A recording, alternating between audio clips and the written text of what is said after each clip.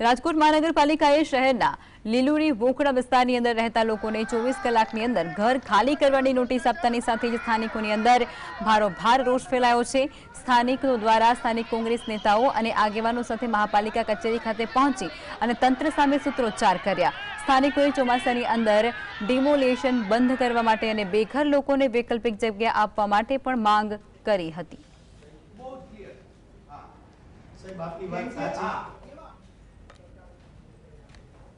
Municipal commissioner ने ललोडी वोकड़ी बाबते एक आवेदन पत्र आपवामां आव्युं छे के ચોમાસાની सीजन है, डिमोलेशन मुलतवी राखो અને वैकल्पिक जग्या आपो एवी अमारी कांग्रेस पक्षनी मागणी छे।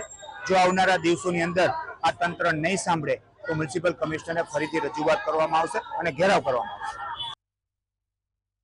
आमा पाणीनो ओकरो है अने ए के बांधेलो ओकरो है एना कारणे तमारुं आ बधुं पाडी देशुं, पाणी घरी जाय छे એટલે પાડી દેવી છે। અમે સામાન્ય માણસો ક્યાં જાવી? લલોડી ઓકરી વર્ષોથી અહીંયા લોકો અમે રહેવી છે, 40 વર્ષથી રહેવી છે। અમારા પાસે પહોંચવું है, અમને કાયદેસરના 25 વાલિયા અમને માપીને આપેલી है सरकारे जमीन।